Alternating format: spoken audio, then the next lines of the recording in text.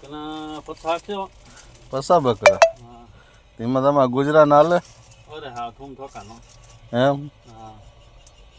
તેનીનો હું દૂધ વેચો કે દૂધના ફેટા હારા 5 ફેટા બકરાના હા તેને કામ ખબર માવો બનાવ્યો માવો હા એને શું ખવડાવો બકરા કપાસ ને ખોર ને એવું ને બાકી આ ભૂકો ને એવું નાખ્યો સારવા દે કાબરા નું ખવડાવતા એને બધા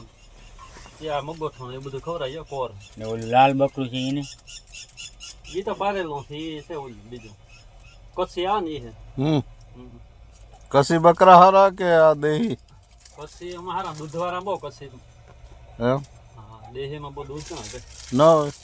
કચ્છીમાં હારું તો કસી આપણે આ બગડામાં ન હાલે ને બૈડા ડુંગરમાં નહીં હાલે ના આમાં ના લામાં આવે કાતી લાગે ને હમ ફટાકે એમાં આપણા દેશી બરાબર ઈ રોડ ઉપર સીધા હાલે કે આડા રસ્તે ના એ આડા હાલે ને કંઈક હટકા ઘેટા હા ઘેટા રાખો ધ્યાન બહુ રાખવું પણ ના ફળકા બહુ પછી હા કેતા હો છે ઘેટાનો હું માવો બનાવો કે દૂધ વેચો ના એનું દૂધ જ હમ તો હીરાભાઈ તમારે દૂધ તો ક્યારે લેવું જ નહીં પડે અત્યારે હવે આ ગુલ્ફીની સીઝન આવી ગઈ ને ડાયરેક્ટ અહીંથી ભરી જાય વેપારી ગુલ્ફી વાળા ગુલ્ફી વાળો લઈ જાય 55 લીટર ઓહો હા તો સારા ભાવ આવી જાય ગુલ્ફી આઈસ્ક્રીમ એવું બને ને દૂધનું હમ એમાં બહુ હાલે બકરાનું દૂધ તો સારું કહેવાય હા તો તમારે આમાં રોડવાઈ જાય હા રે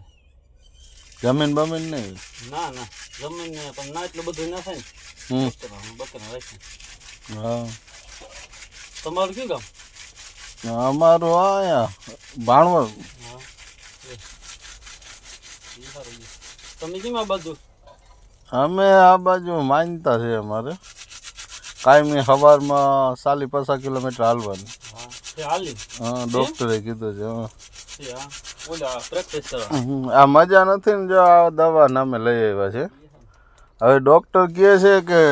જમીન લેવાની હા હવે જમીન તો આ દવાના પૈસા માન થયા હવે જમીનના ક્યાંથી લેવા હવે દવા રોગી પડી વિચારું પીવું કે ન પીવું હવે જમીન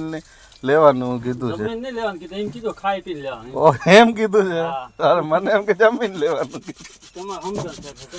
તો ગાડી મને તો એમાં તો જમીન લેવાની છે ના